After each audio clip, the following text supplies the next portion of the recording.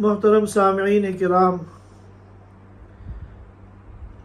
تقریباً ایک عشرہ قبل رمضان کا مبارک مہینہ ختم ہوا ہے، اور اس مبارک مہینے میں جو کچھ ٹوٹی پھوٹی ہم سے عبادت ہوئی ہے، ہم اللہ تعالیٰ کی بارگاہ میں دعا گو ہیں کہ اللہ ہماری ان عبادات کو قبول فرما، اور جو کچھ ہم سے کوتاہیاں ہوئی ہیں، اس ماہ مبارک کی ناقدری ہوئی ہے، ہم اللہ تعالیٰ کے سامنے دعا گو ہیں کہ اللہ ہماری ان کوتاہیوں کو، ہماری ان زیادتیوں کو اور ہمارے ان گناہوں کو معاف فرما۔ ہم لوگوں نے رمضان کے مبارک مہینے میں بار بار اس موضوع پر بات کی تھی کہ رمضان کا یہ مبارک مہینہ جو اللہ تعالیٰ نے ہمیں عطا فرمایا ہے، یہ صرف روزے اور تراویح کا نام نہیں ہے، بلکہ بہت بڑے دینی مقصد سے یہ رمضان کا مبارک مہینہ اس امت کو دیا گیا ہے۔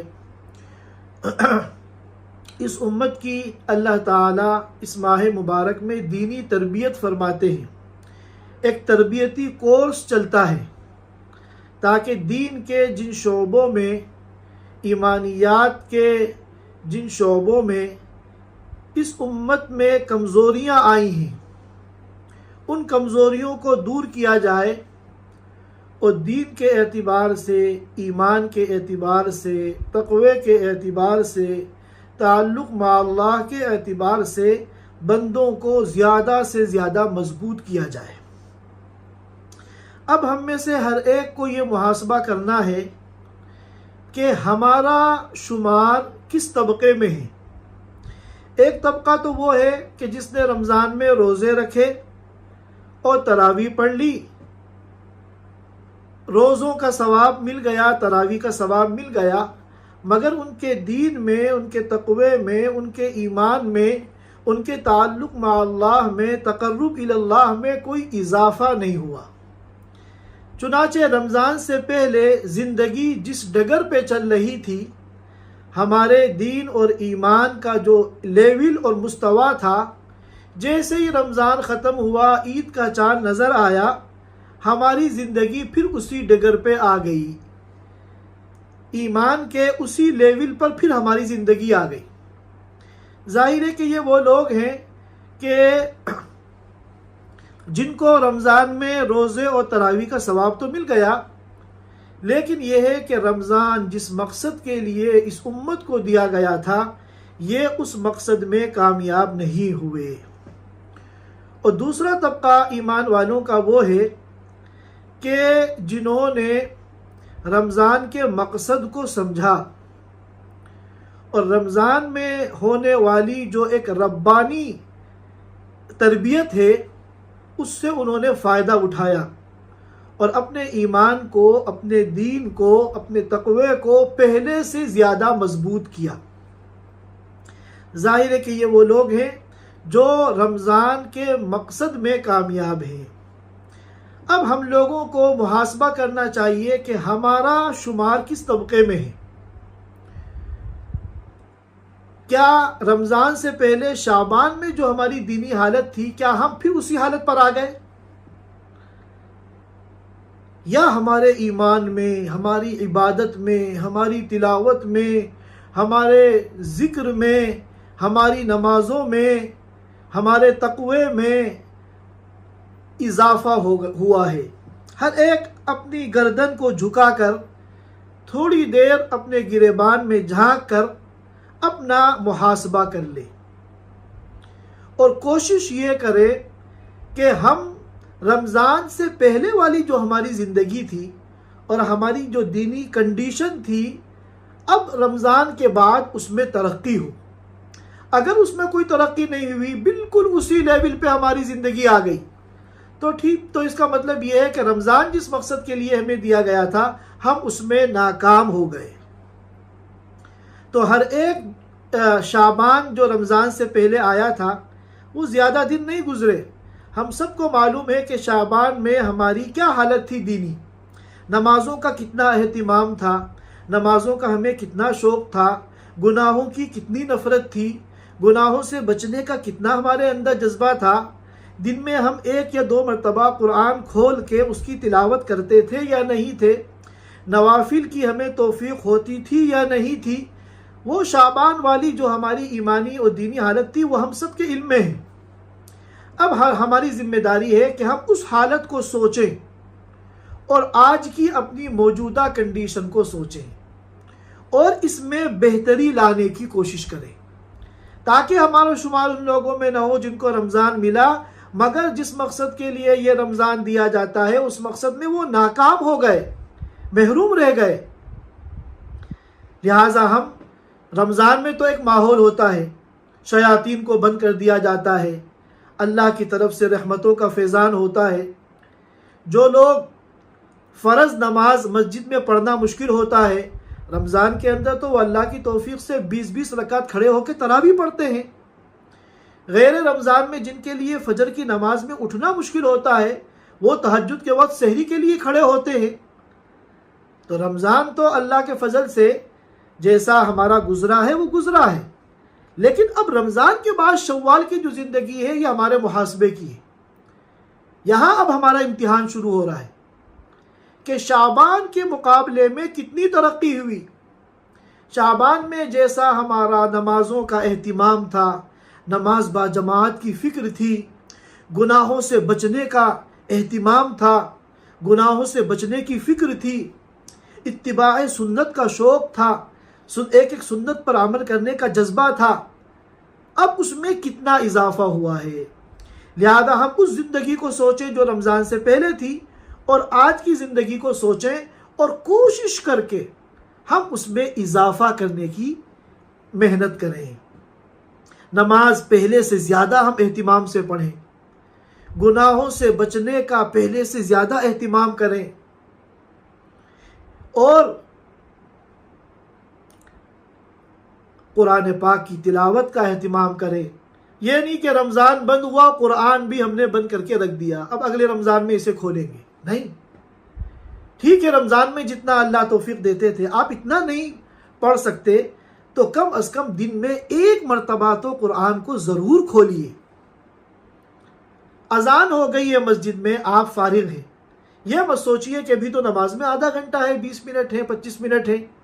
جب آپ فارغ ہیں آپ وضو کر کے مسجد چلے جائیے اور وہاں جتنی اللہ توفیق دے نفل نماز پڑھ لیے اور آپ جو ہے قرآن پاک کھول کے اس کی تلاوت کیجیے، تاکہ شعبان کی زندگی میں اور شوال کی زندگی میں ایک واضح فرق ہو۔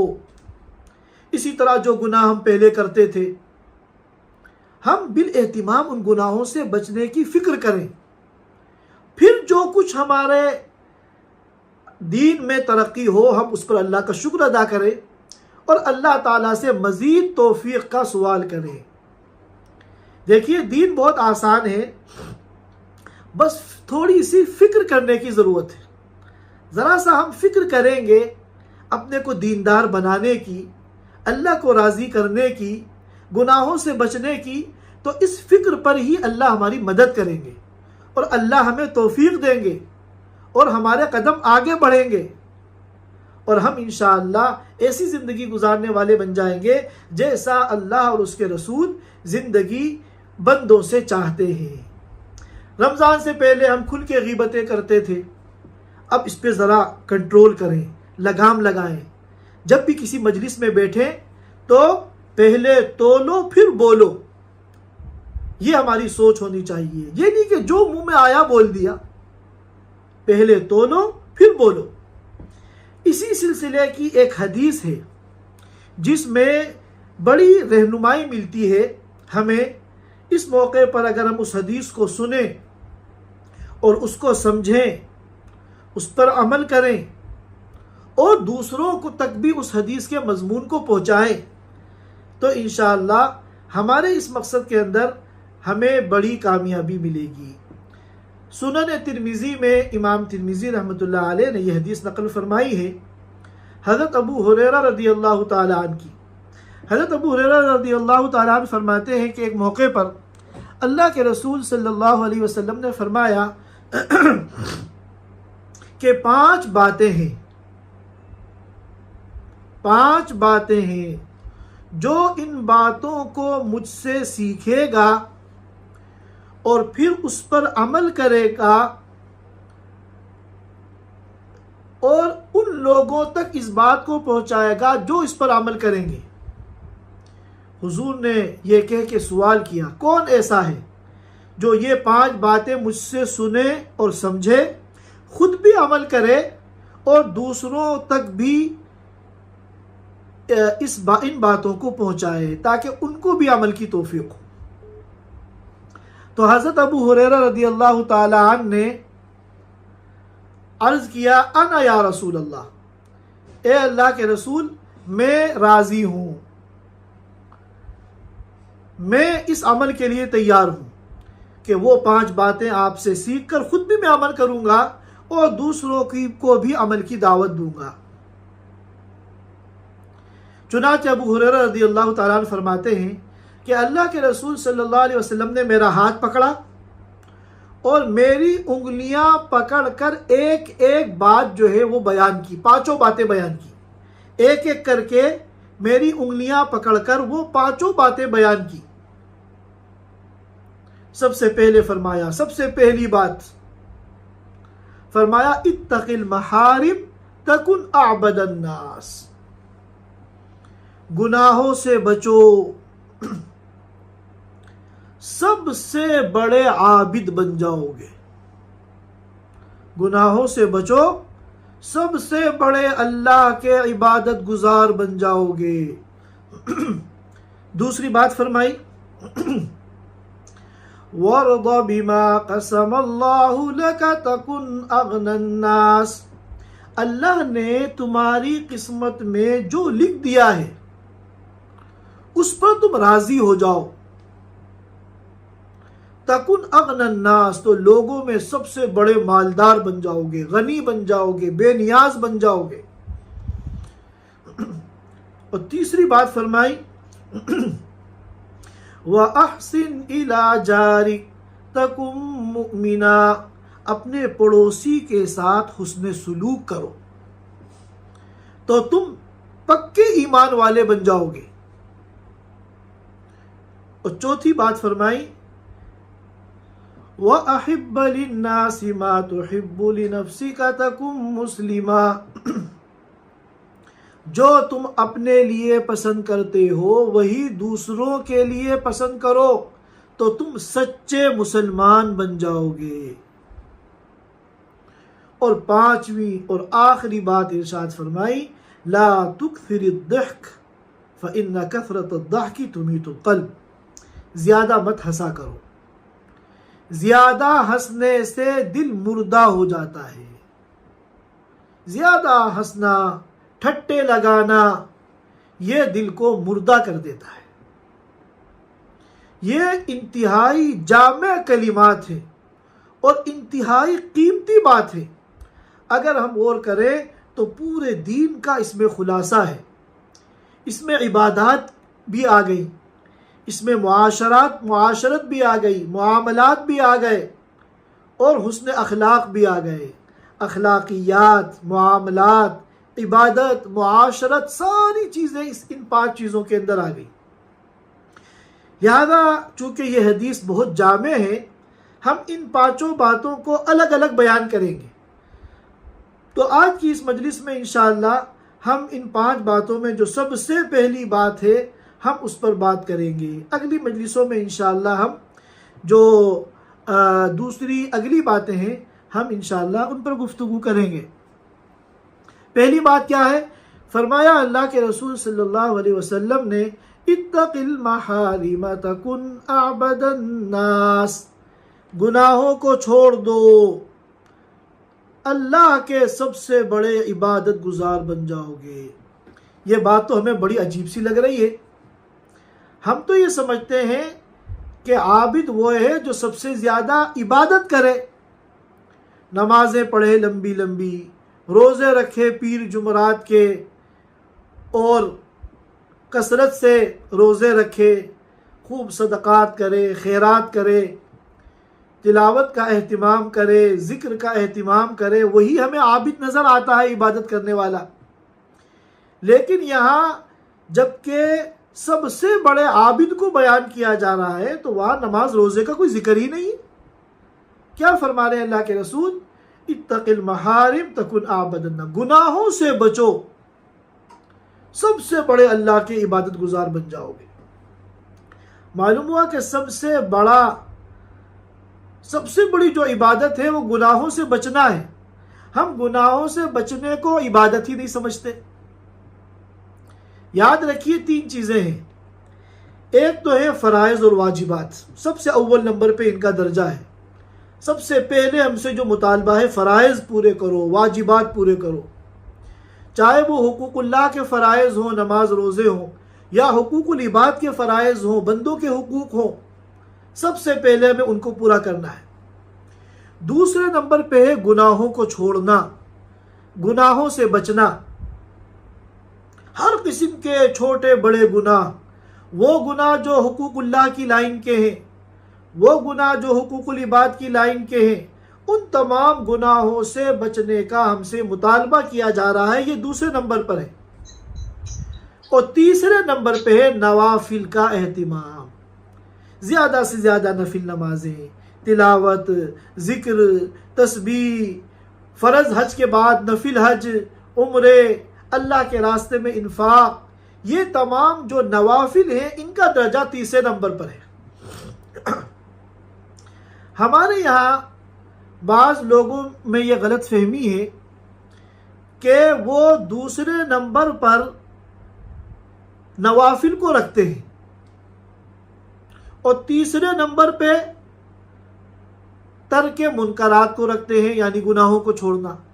حالانکہ ترتیب کیا ہے؟ سب سے پہلے ہم سے مطالبہ ہے فرائض اور واجبات پورے کرو، دوسرے نمبر پہ مطالبہ ہے گناہوں کو چھوڑو، اللہ کی نافرمانی سے بچو، تیسرے نمبر پہ ہم سے مطالبہ ہے کہ جتنا زیادہ ہو سکے نوافل کا اہتمام کرو۔ میں نوافل کی اہمیت کو کم نہیں کر رہا ہوں، نوافل کی اہمیت تو اللہ اور اس کے رسول نے بتائی ہے، اور ایسے ایسے فضائل بیان کیے ہیں نوافل کے، نفل کاموں کے، جس سے معلوم ہوتا ہے کہ نوافل غیر معمولی چیز ہے۔ اور آج چاہے ہمیں نوافل کا اہتمام نہ ہو، نوافل کی اہمیت نہ ہو، کل جب ہماری آنکھ بند ہوگی اور قیامت کے دن میدان حشر قائم ہوگا اور حساب کتاب بندوں کا لیا جا رہا ہوگا اور ہمارے اعمال کو تولا جا رہا ہوگا، اس وقت ہم کڑہیں گے کہ کاش کے زندگی میں ایک مرتبہ ہم نے سبحان اللہ اور کہہ لیا ہوتا، کاش کی زندگی میں ایک مرتبہ 2 رکعت نفل نماز اور پڑھ لی ہوتی۔ تو نوافل جو ہیں ان کی اہمیت کا انکار نہیں، لیکن بات جو سمجھانے کی ہے وہ کیا ہے کہ نوافل کا درجہ تیسرے نمبر پر ہے، اس سے پہلے درجہ ہے گناہوں کو چھوڑنے کا۔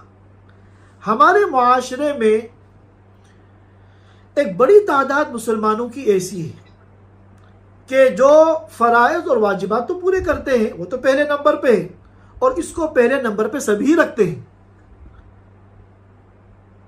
لیکن گناہوں سے بچنے کا اہتمام نہیں کرتے۔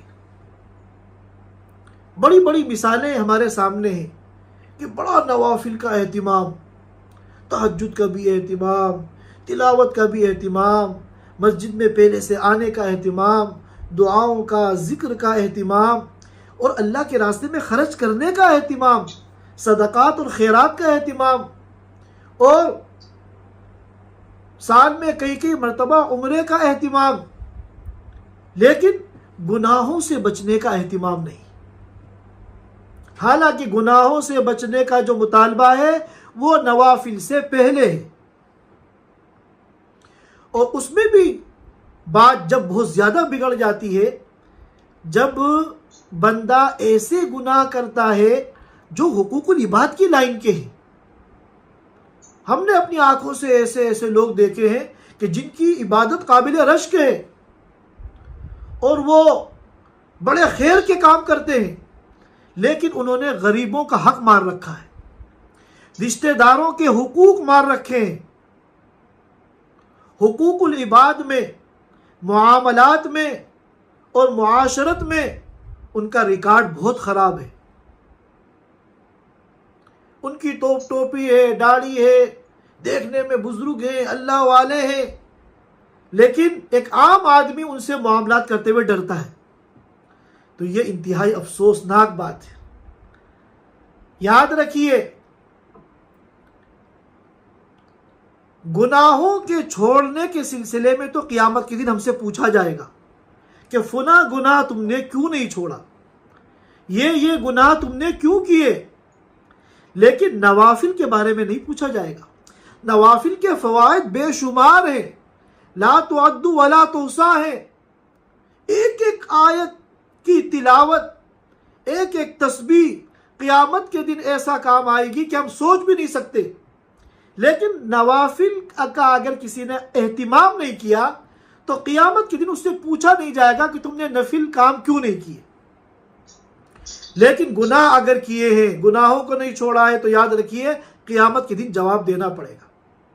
ایک شخص سے فرائض واجبات تو پورے کرتا ہے، اس کے بعد وہ گناہوں سے بچنے کا اہتمام کرتا ہے، چاہے حقوق العباد کی لائن کے گناہ ہو، حقوق اللہ کی لائن کے گناہ ہو، ان سے بچنے کا اہتمام کرتا ہے، مگر نوافل کا کوئی زیادہ اہتمام نہیں کرتا۔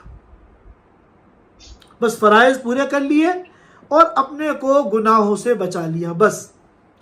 اور ایک وہ شخص ہے جو فرائض واجبات پورے کرنے کے بعد بڑا نوافل کا اہتمام کرتا ہے، بڑا اس کا اعلیٰ ذوق ہے عبادت کا، مگر گناہوں سے بچنے کا اہتمام نہیں۔ خاص طور پہ معاشرت کی لائن کے جو گناہ ہیں، تو یاد رکھیے یہ جو پہلا شخص ہے اس کا مقام اللہ کے نزدیک بہت اونچا ہے اس کے مقابلے میں۔ تو میں یہ نہیں کہنا چاہتا کہ نوافل کا اہتمام کم کرو، نوافل کا جتنا اہتمام کیا جائے اتنا ہی کم ہے، زیادہ سے زیادہ نوافل کا اہتمام کرو، لیکن یاد رکھیے اس سے زیادہ ہمیں گناہوں سے بچنے کی ضرورت ہے۔ حدیث پاک میں آتا ہے کہ اللہ کے رسول صلی اللہ علیہ وسلم کے سامنے دو عورتوں کا تذکرہ کیا گیا کہ ان میں سے ایک عورت تو وہ ہے جو بڑی عبادت گزار ہے، نفل عبادتوں کا اہتمام کرتی ہے اور بظاہر بڑی اللہ والی ہے، مگر اس کی زبان کڑوی ہے۔ اپنی زبان سے، اپنے ایٹیٹیوڈ سے، اپنے تیکھے جملوں سے وہ دوسروں کا دل دکھاتی ہے، اور اس کے جو پڑوسی ہیں وہ بھی اس سے پریشان اور ناراض رہتے ہیں۔ کہنے کو بڑی عبادت گزار ہے، نماز روزے اور تلاوت کا بڑا اہتمام ہے، اور دوسری وہ عورت ہے جو فرائض اور واجبات کے بعد عبادت کا تو نفل عبادت کا زیادہ اہتمام نہیں کرتی، لیکن اس کے اخلاق بڑے اچھے ہیں، اس کی زبان بہت میٹھی ہے، وہ جس سے بھی بات کرتی ہے اس کا دل خوش ہو جاتا ہے، وہ دوسروں کو عزت دینا جانتی ہے، دوسروں کو اہمیت دینا جانتی ہے، اس کے پڑوسی اس سے بڑے خوش رہتے ہیں، حالانکہ زیادہ نفل عبادتوں کا اس کے یہاں اہتمام نہیں ہے۔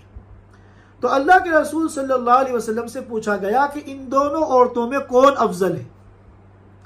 تو آپ نے فرمایا جو دوسری عورت ہے، جو زیادہ عبادت تو کرتی نہیں ہے نفل، لیکن یہ ہے کہ اخلاق اچھے ہیں، دوسروں کو جو ہے خوش رکھتی ہے، تکلیف نہیں پہنچاتی۔ فرمایا کہ یہ پہلی عورت سے بدر جہاں بہتر ہے، بہت اونچا مقام ہے اس کا پہلی عورت کے مقابلے میں۔ اور ایک روایت میں تو فرمایا کہ پہلی عورت جہنمی ہے اور یہ دوسری عورت جنتی ہے۔ تو یہ جو اللہ کے رسول صلی اللہ علیہ وسلم کا جملہ ہے بڑا معنی خیز جملہ ہے، اس پہ بڑا غور کرنے کی ضرورت ہے۔ اتق المحارم تکن اعبد الناس، گناہوں سے اپنے کو بچاؤ، اور گناہوں میں بھی حقوق العباد کے جو گناہ ہیں، کیونکہ ان کی معافی بڑی مشکل ہے۔ حقوق العباد کے لائن کے جو گناہ ہیں وہ تو توبہ استغفار رونے دھونے سے اللہ معاف کر دیں گے، اللہ بے نیاز ہے۔ حقوق العباد کا مسئلہ بڑا نازک ہے۔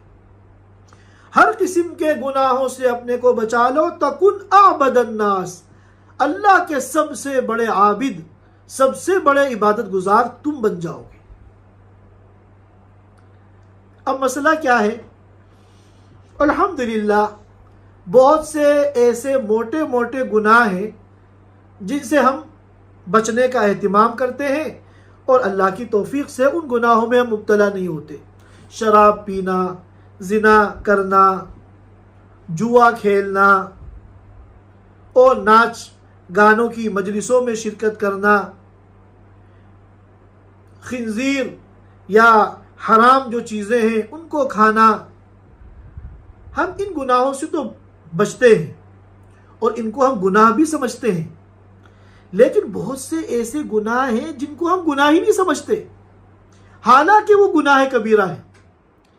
یہ بڑا خطرناک ہے ہمارے ایمان کے لیے۔ ایک مرض جب تک مریض اس کو مرض ہی نہیں سمجھے گا تو اس مرض کا علاج کیسے کرے گا؟ اگر اس کو مرض سمجھے گا تو آج نہیں کل تو اس کا علاج کرے گا، اور مرض کو اگر مرض ہی نہیں سمجھا گیا اور اس کو قابل علاج ہی نہیں سمجھا گیا تو بعض میں وہ مرض بڑا ہو جاتا ہے، کینسر بن جاتا ہے، انسان کی جان چلی جاتی ہے۔ اسی طرح یہ جو ہمارے گناہ ہیں جو صبح شام ہم کرتے ہیں اور اس کو گناہ ہی نہیں سمجھ رہے۔ ایک ایمان والا جو ہے حدیث میں آتا ہے اس پر گناہ اتنا بھاری ہوتا ہے جیسے کہ پہاڑ گر گیا، پہاڑ کا جو بوجھ ہے ایسا بوجھ ایمان والا اگر اس سے گناہ ہو جائے اپنے دل میں محسوس کرتا ہے، اور ہم یہ گناہ صبح شام کرتے ہیں ہمیں فرق ہی نہیں پڑتا۔ تو یہ جو صورتحال ہے یہ بڑی خطرناک ہے کہ ہم گناہ کو گناہ ہی نہیں سمجھ رہے۔ جب ہم گناہ ہی نہیں سمجھیں گے تو اس سے بچنے کا کیسے اہتمام کریں گے اور اس گناہ سے توبہ استغفار کیسے کریں گے؟ لہذا ہمیں چاہیے کہ ہم ہر قسم کے گناہوں سے بچنے کی کوشش کریں۔ اب نوافل کا تو ہم اہتمام کر رہے ہیں، گناہوں سے بچنے کا اہتمام نہیں کر رہے، تو آخرت میں یہ نوافل ہمیں بچا نہیں پائیں گی۔ گناہوں سے اگر آپ نوافل سے قیامت کے دن فائدہ اٹھانا چاہتے ہیں تو آپ کو اس سے پہلے گناہوں سے بچنا پڑے گا، ورنہ تو یہ ساری نوافل جو ہے 60-70 سال کی عبادت، نفل عبادت، وہ چند حقوق اللہ کے بدلے میں قیامت کے دن نکل جائیں گی، آپ خالی ہاتھ لے جائیں گے۔ تو ان نوافل کو سیو کرنا کہ یہ قیامت کے دن ہمارے کام آئے، اس کے لیے ضروری ہے کہ ہم پہلے گناہوں کو چھوڑیں، ورنہ تو نیکی کر دریا میں ڈال، یہ والی بات ہو جائے گی۔ اسی لیے علماء نے فرمایا، بعض علماء نے مثال دی کہ ہم نفل نماز پڑھ رہے ہیں، نوافل کا اہتمام کر رہے ہیں، خوب اپنے کو دیندار بھی سمجھ رہے ہیں اور دنیا بھی ہماری عبادت کو دیکھ کے بڑا ہمیں دیندار سمجھ رہی ہے، لیکن بڑے بڑے سنگین گناہ ہیں جو ہم صبح شام کر رہے ہیں، اس سے بچنے کی ہمیں کوئی فکر نہیں ہے۔ تو یاد رکھیے یہ ایسا ہے جیسے کہ ہم نے اپنے کمرے کے اندر ایئر کنڈیشن چلا دیا لیکن ساری کھڑکیاں اور دروازے کھول دیے، کیا کمرہ ٹھنڈا ہوگا؟ کولنگ نہیں ہوگی، اس اے سی کا کوئی فائدہ نہیں ہوگا، گرم ہوائیں اندر آئیں گی۔ تو اسی لیے ضروری ہے کہ ہم اگر نوافل کا اہتمام کر رہے ہیں تو ان کو اس قابل بنانے کے لیے کہ یہ ہمارے کام آ جائیں آخرت میں، ہمیں گناہوں کی کھڑکیاں بند کرنی پڑیں گی، ہمیں گناہوں کی کھڑکیاں بند کرنی پڑیں گی۔ لہذا ہم لوگوں کو چاہیے کہ گناہوں سے بچنے کا اہتمام ہم نوافل سے زیادہ کریں، اور حدیث پاک میں اللہ کے رسول صلی اللہ علیہ وسلم نے اصل عبادت گزار اسی کو قرار دیا ہے۔ اب صبح سے لے کے شام تک ہم مجلسوں میں اپنی زبان ہی کا غلط استعمال کرتے ہیں، غیبتیں کر رہے ہیں، دوسروں کی برائی کر رہے ہیں۔ غیبت کرنا گناہ کبیرہ ہے۔ ہم لوگوں کے بارے میں بدگمانی کر رہے ہیں، بلا کسی ثبوت اور پروف کے ہم نے ایک کہانی بنا لی کہ فلاں نے ہمارے خلاف یہ کیا، کوئی ثبوت نہیں ہے۔ کتنی مرتبہ ہوتا ہے، بعض لوگوں کی تو عادت ہوتی ہے منفی سوچ، ہر ایک کے بارے میں غلط رائے قائم کر لیتے ہیں۔ یاد رکھیے ان بعض الظن اسم، گناہ کبیرہ ہے یہ آخرت میں آپ کو لے ڈوبے گا۔ بغیر ثبوت کے، بغیر تحقیق کے، بغیر پروف کے کسی کے بارے میں بدگمانی کرنا، یہ آپ کے ایمان کے لیے اور آپ کی آخرت کے لیے خطرناک ہے۔ جب بھی کبھی اس طرح کا کوئی خیال آئے، فوراً ہم توبہ کریں، استغفار کریں، کیونکہ یہ شیطان ہمارے ساتھ کھیل رہا ہے۔ اسی طرح افواہیں پھیلانا، ادھر کی بات ادھر لگا دی، ادھر کی بات ادھر لگا دی۔ ہمارے خاندانوں میں بہت سے ایسے معاملات ہو جاتے ہیں، دوستوں میں، جاننے والوں میں ایسے معاملات ہو جاتے ہیں، بات کچھ نہیں ہوتی، ایک بے حقیقت افواہ ہوتی ہے، ہم اس کو ادھر سے ادھر شیئر کرتے ہیں، تذکرہ شروع کر دیتے ہیں اس کا۔ یاد رکھیے یہ بھی گناہ کبیرہ ہے۔ حدیث پاک میں آتا ہے کفا بالمرء کذبا ان یحدث بکل ما سمع، کہ انسان کے جھوٹا ہونے کے لیے اتنا کافی ہے کہ ہر سنی ہوئی بات وہ نقل کر دے بغیر تحقیق کے۔ لہذا کوئی بات کسی کے متعلق، خاص طور پہ اگر وہ منفی بات ہے، نگیٹو ہے، تو تحقیق کے بغیر ادھر سے ادھر نقل کرنا یہ بہت بڑا گناہ ہے۔ یہ گناہ ایسے ہیں ہم صبح سے لے کے شام تک کر رہے ہیں اور ہماری صحت پہ کوئی فرق ہی نہیں پڑ رہا۔ یہ بڑی خطرناک بات ہے۔ یاد رکھیے نوافل کا اور عبادات کا اہتمام کرنا بڑا آسان ہے، گناہوں سے بچنا بڑا مشکل ہے۔ اسی لیے تو کہا گیا ہے حدیث میں المجاہد من جاہد نفسہ، اصل جہاد کرنے والا وہ نہیں ہے جو سرحد پر دشمن کی فوج سے لڑ رہا ہے اور اپنی جان کو خطرے میں ڈال رہا ہے۔ اصل جہاد کرنے والا وہ ہے جو اپنے نفس سے جہاد کر رہا ہے۔ دل میں خیال آیا کسی گناہ کا اور اس نے یہ طے کیا کہ میں اس گناہ کو نہیں کروں گا۔ دل میں ارادہ پیدا ہوا کسی برائی کا، مگر اس نے یہ طے کیا کہ میں اس برائی پر عمل نہیں کروں گا۔ یہ ہے اصل جہاد، اپنے نفس سے جہاد کرنا اور اللہ کی نافرمانی سے اپنے کو بچانا۔ ایک موقع پر اللہ کے رسول صلی اللہ علیہ وسلم جہاد سے واپس تشریف لائے تو آپ نے فرمایا رجعنا من الجہاد الاصغر الى الجہاد الاکبر، کہ ہم جس جہاد سے واپس آئے ہیں، جہاں تیر اور تلوار سے ہم لڑ رہے تھے اور اپنی جان کو ہم نے خطرے میں ڈال رکھا تھا، وہ چھوٹا جہاد تھا۔ اب ہم یہاں جو واپس آئے ہیں، اب ہمیں اپنے نفس سے جو جہاد کرنا ہے، یہ بڑا جہاد ہے۔ لہذا گناہوں کے چھوڑنے کا اہتمام کریں، اور یہ دین نہیں ہے کہ جن گناہوں کو چھوڑنے کا جی چاہے گا وہ تو چھوڑیں گے، اور جن گناہوں کو چھوڑنے کا جی نہیں چاہے گا وہ نہیں چھوڑیں گے۔ یہ دین میں منمانی نہیں ہے۔ اسی لیے میں نے آپ کے سامنے آیت مبارکہ پڑھی تھی، اللہ تعالیٰ نے فرمایا ادخلوا فی السلم کافہ، اے ایمان والوں پورے ایمان کے اندر داخل ہو۔ یہ آدھا تیتر آدھا بٹیر نہیں چلے گا کہ اے اللہ جو تیرا حکم میری مرضی کے مطابق ہوگا اس پر تو میں عمل کروں گا، اور جو تیرا حکم میری مرضی کے خلاف ہوگا میں اس پر عمل نہیں کروں گا۔ جو گناہ مجھے گناہ لگیں گے وہ تو چھوڑوں گا، اور جو گناہ مجھے گناہ نہیں لگیں گے انہیں نہیں چھوڑوں گا۔ تو یہ بندگی نہیں ہے، یہ عبدیت نہیں ہے۔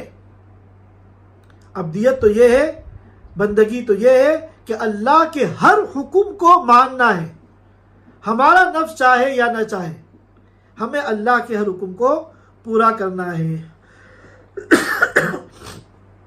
حدیث پاک میں آتا ہے کہ بعض مرتبہ بندہ لاپرواہی میں ایسی بات منہ سے نکال دیتا ہے، وہ تو اس کو اہمیت نہیں دے رہا، لیکن وہ کلمہ خیر اس کو جنت کا مستحق بنا دیتا ہے۔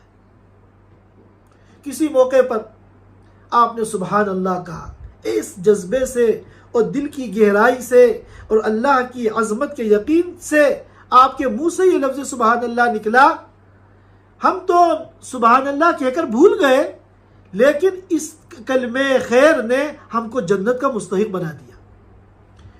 کسی موقع پر کسی کی ہم نے دلجوئی کر دی، کسی مجلس میں کسی کو ذلیل کیا گیا، آپ نے ایسا اس کا دفاع کیا کہ اس کی عزت کو بچا لیا، اور وہ خوش ہو گیا کہ میری بے عزتی ہو رہی تھی، انہوں نے ایسی بات کہہ دی کہ میری عزت بچ گئی۔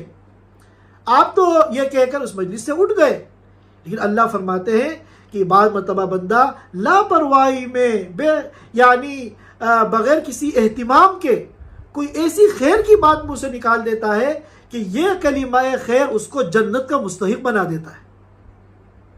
اور اس کے برخلاف بعض مرتبہ لاپرواہی میں انسان ایسا شر کا کلمہ منہ سے نکالتا ہے کہ وہ اس کو جہنم کا مستحق بنا دیتا ہے۔ اور ایک روایت میں آتا ہے جہنم کے بھی ایسا ویسا مستحق نہیں، بلکہ اس کلمے کی وجہ سے وہ جہنم میں اتنا نیچے گرتا ہے کہ 70 سال کی مسافت کے بقدر جہنم کی گہرائی میں وہ ڈالا جاتا ہے اس ایک کلمے کی وجہ سے۔ لہذا ہم سب اپنی زبان کی حفاظت کریں، اپنے ایمان کی حفاظت کریں، فرائض اور واجبات کا اہتمام کریں، اور گناہوں سے اللہ کی نافرمانی سے بچنے کی کوشش کریں، اور پھر اس کے بعد جتنی بھی اللہ ہمیں توفیق دے زیادہ سے زیادہ نفل عبادتوں کا اہتمام کریں۔ اللہ تعالی ہم سب کو کہنے سننے سے زیادہ عمل کی توفیق عطا فرمائے۔ وآخر دعوانا ان الحمدللہ رب العالمین۔